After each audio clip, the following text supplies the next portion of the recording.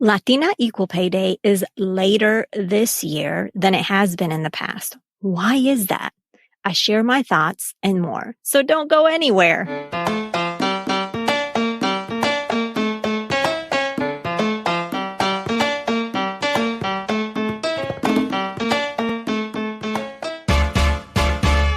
Yes, you are here. Bienvenida to the Her Dinero Matters podcast, a mixed language podcast hosted by me, Jen Hemphill, to help you become the reina of your money and love your dinero more. If you are needing some inspiration and encouragement at this very moment, you have come to the right place. Gracias por compartir este tiempo conmigo. Now let's jump in to today's dose of money confidence.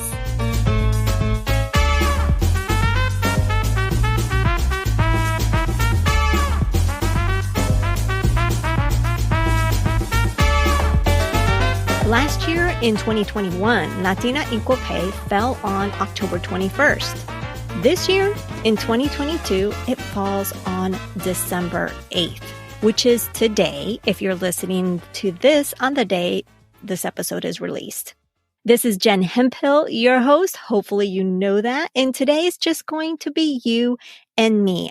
I'm going to share with you some of my new findings about Latina Equal Pay, some cool resources, as well as my thoughts as to why Latina Equal Pay Day has shifted further in the year, meaning the gap has widened when we are supposed to be lessening, right? That's the goal, to lessen that gap. Before I get into the nitty-gritty of this episode, let's go back in time a bit. Back in November 1st, 2018, I wrote a blog post about Latina Equal Pay, and I wrote the following. Although our voices have gotten stronger and advocacy efforts about the unjust inequality has improved over the years, it's not enough. We need to do more than advocate. We can advocate all we want and some change may happen, but the bigger change comes when we do the work from within. Working from within requires a better understanding of your own personal finances, which provides clarity, and that in turn increases your financial confidence. When you are financially confident and clear on your finances, there's no doubt in my mind that you will ask for more money and become a better negotiator, aka contribute in shrinking that wage gap. Why? Because you know where you stand financially and you know exactly what it will take to get to where you want to be. Plus, with that confidence, there is no stopping you. So that was back in 2018, and this still rings true for me. I also did an episode back in 2018 where I shared 3 tips you can take to minimize the wage gap. And these 3 tips are the following. Tip number 1, make sure you have clarity around your financial matters. Tip number 2 was work on your financial confidence daily by being careful of what you allow within those walls of your mind. Tip number 3 is be the voice that your Latina sisters and female sisters may not have at the moment. Take the opportunity to uplift the women around you and always know that you are an example and a leader to women. Of course, you can listen to the full episode, and that link is in today's show notes. Then in 2020, I went and did a ton of research and questioned a ton of things. You can listen to that in episode 238, which is also linked in today's show notes. This year, I continued to do some research because I figured from 2020 to now, there should be more. I should be able to find more, or maybe I can find something that I missed before. And so what I have discovered this year in my research is that how they do the calculation of equal pay, that has evolved, that has changed. And according to the American Association of University Women, which is also known as the AAUW, what they have done is that the dates that have been designated for this year is using a new methodology because during the pandemic, during COVID, this affected so many groups and affected a lot of people. And with women specifically, it pushed women, especially women of color, into part-time, seasonal work, or maybe just even out of the workforce altogether. Therefore, how equal pay, these dates were calculated in the past, it was not accurately taking these things into consideration. So it was not accurate. For 2022, the Equal Pay Day Coalition has adopted a new and more inclusive methodology. I also found what I didn't find in my past research is that there's actually a committee specific for this mission of equal pay. And it's called the National Committee of Pay Equity, also known as the NCPE. It was founded back in 1979, and it is a coalition of women's and civil rights organizations, labor unions, religious, professional, legal, and educational associations, commissions on women, state and local pay equity coalitions. In other words, it's an organization that includes so many different organizations and committees and whatnot. What I noticed too is I'm not saying they're not active, but their website doesn't seem to be updated. So I'm not sure how active or not this committee is. I know on the website, the chair position is not filled according to the website, but maybe they have its chair because who knows when this was updated. So I found that interesting that there is a committee specific for this mission, which I think is great.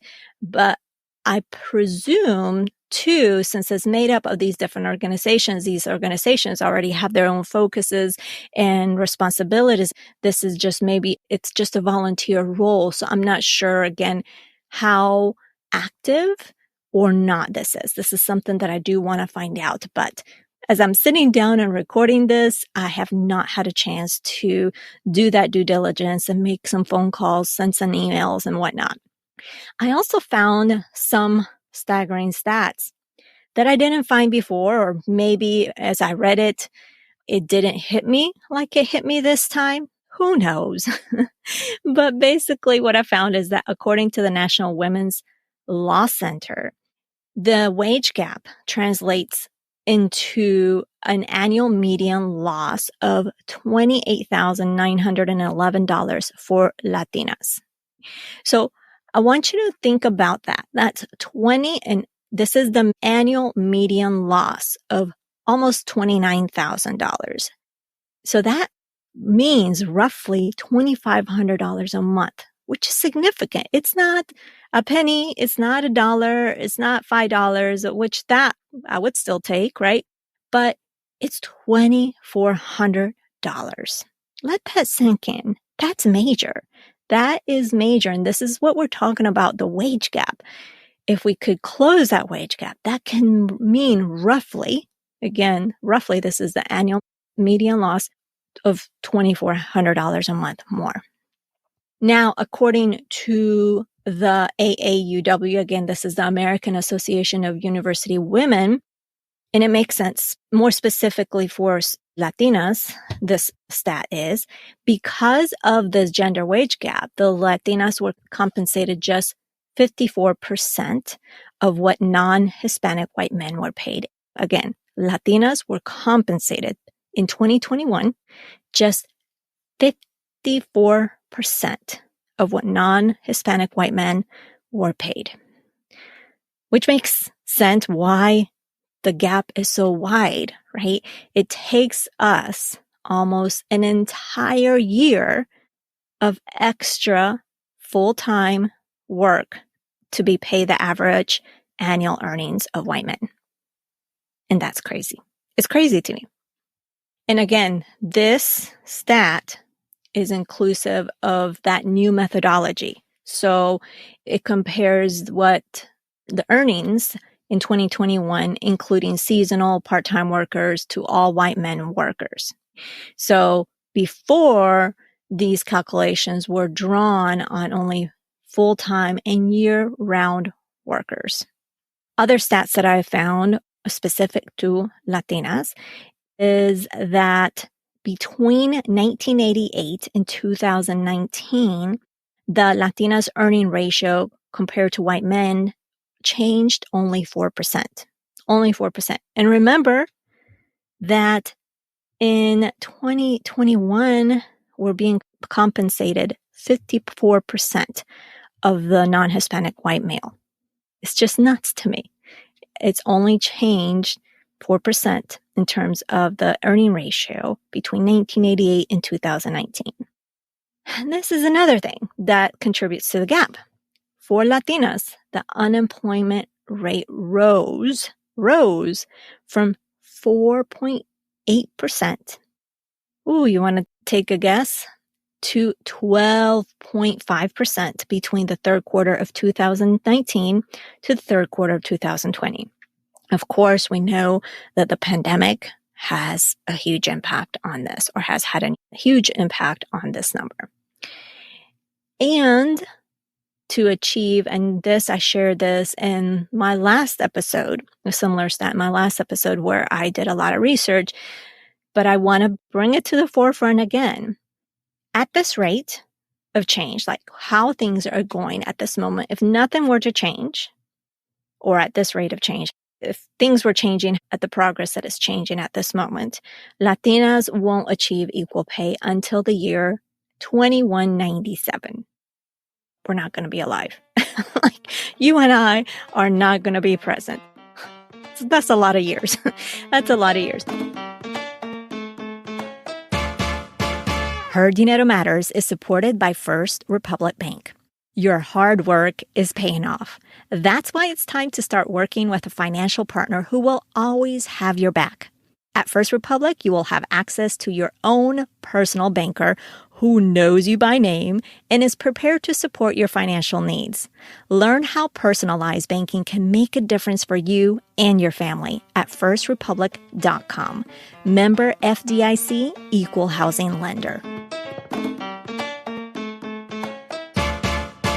So I wanted to share those with you because I think it's important to not just, one, understand, number two, keep abreast of the stats and how they're changing and how they're calculating. I think it's important that they are changing their methodology of how they're calculating. Of course, it's still a mystery. I have not found exactly how they do calculate. They do share what they take into consideration is how much per person works, right? Before it was just the full-time work and now it's part-time, seasonal, and all that. But exactly how they calculate that, I don't know. I don't know how they do. I've also, in this year's research, I found some really interesting resources, tools and resources. One of them is a 10-step employer pay equity audit that you can provide to your employer. And I provide the link in the show notes, which is pretty cool. So if you have, let's say your boss is really interested in pay equity, you can say, hey, have you done this audit? This is a real cool audit, and this is already provided for you. The questions and everything is already provided for you. Just, you can provide them the link. You can print it out, however you want to do. So I thought that was pretty cool.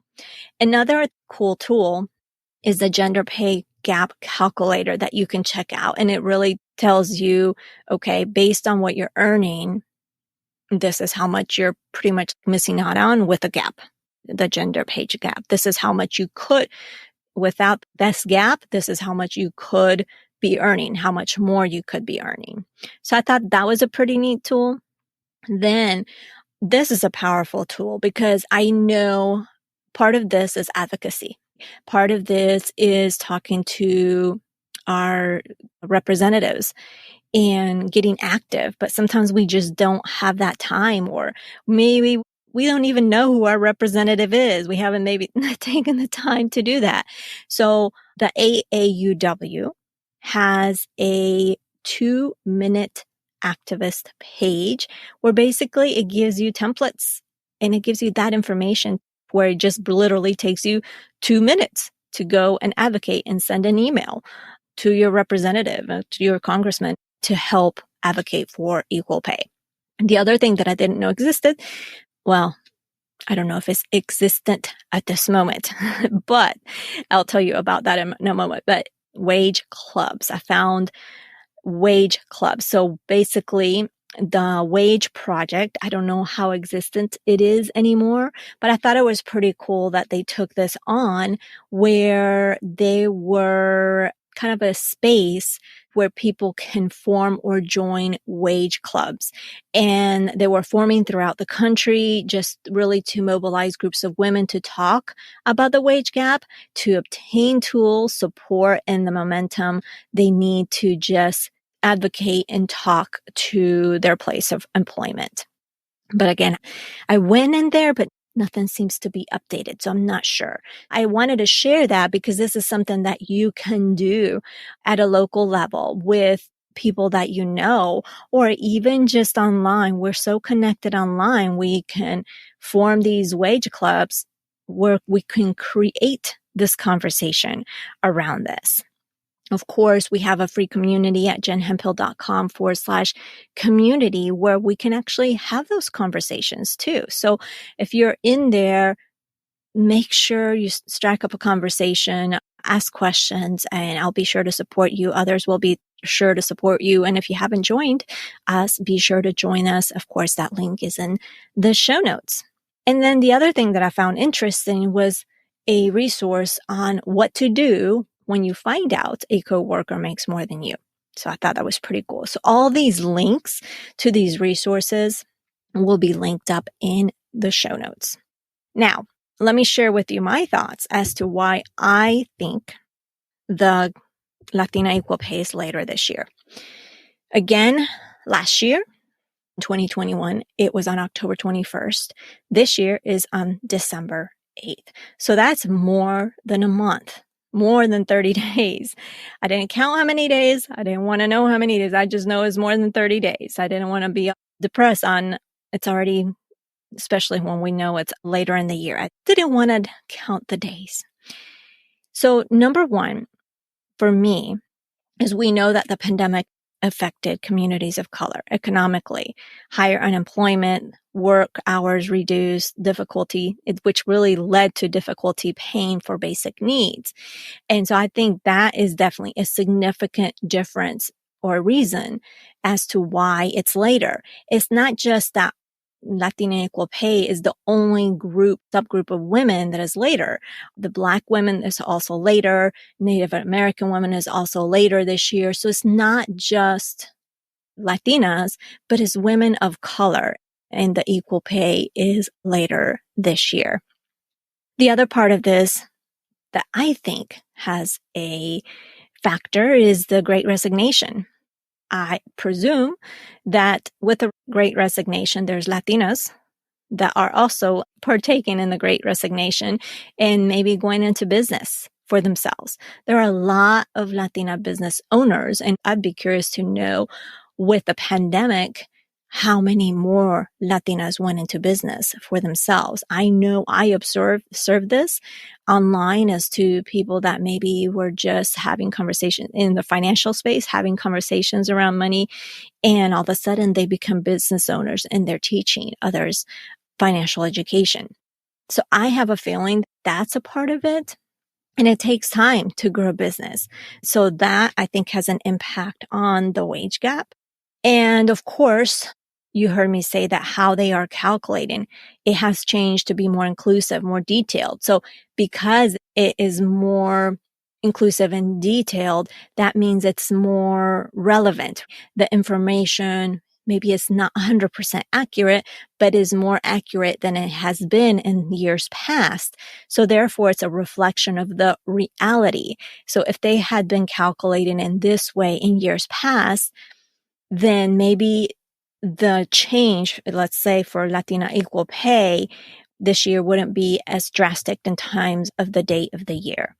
So I'm thinking that's a part of it.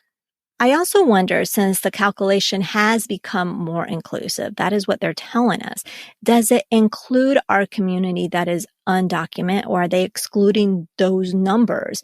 Because that is also a factor in the shift. Or if it's not included, I wonder what happens when it is included. Is that going to make that gap, or meaning the date of Latina Equal Pay further later in the year? How does those numbers impact? But we do need to, I think, include that. If it's not already included, it could be, but the information that I found does not detail that out. So today I shared with you how calculating equal pay has changed, some new stats. I also shared with you some really, really good resources and my thoughts on the shift for Latina equal pay. What would you add to the conversation? What gets you fired up about this topic? Did you have an aha moment? We want to hear about it. Join us in our new Facebook community at jenhemphill.com/community. Remember that the more conversations we have, the more we learn from each other and the more we are apt to get involved in minimizing this wage gap. So join us at jenhemphill.com/community. Next week, we will be meeting with Carolina and Diana, the two Latina women behind a new financial literacy educational platform called Denary. You will hear their powerful stories and, of course, learn about the platform. Bueno, pues that is everything. Thank you so much for taking time out of your busy schedule. Be sure to check out today's show notes over at jenhemphill.com/332. That is jenhemphill.com/332. Remember that being the reina of your money starts now simply by claiming it. I believe in you, and so should you. Nos hablaremos el próximo jueves. Ciao.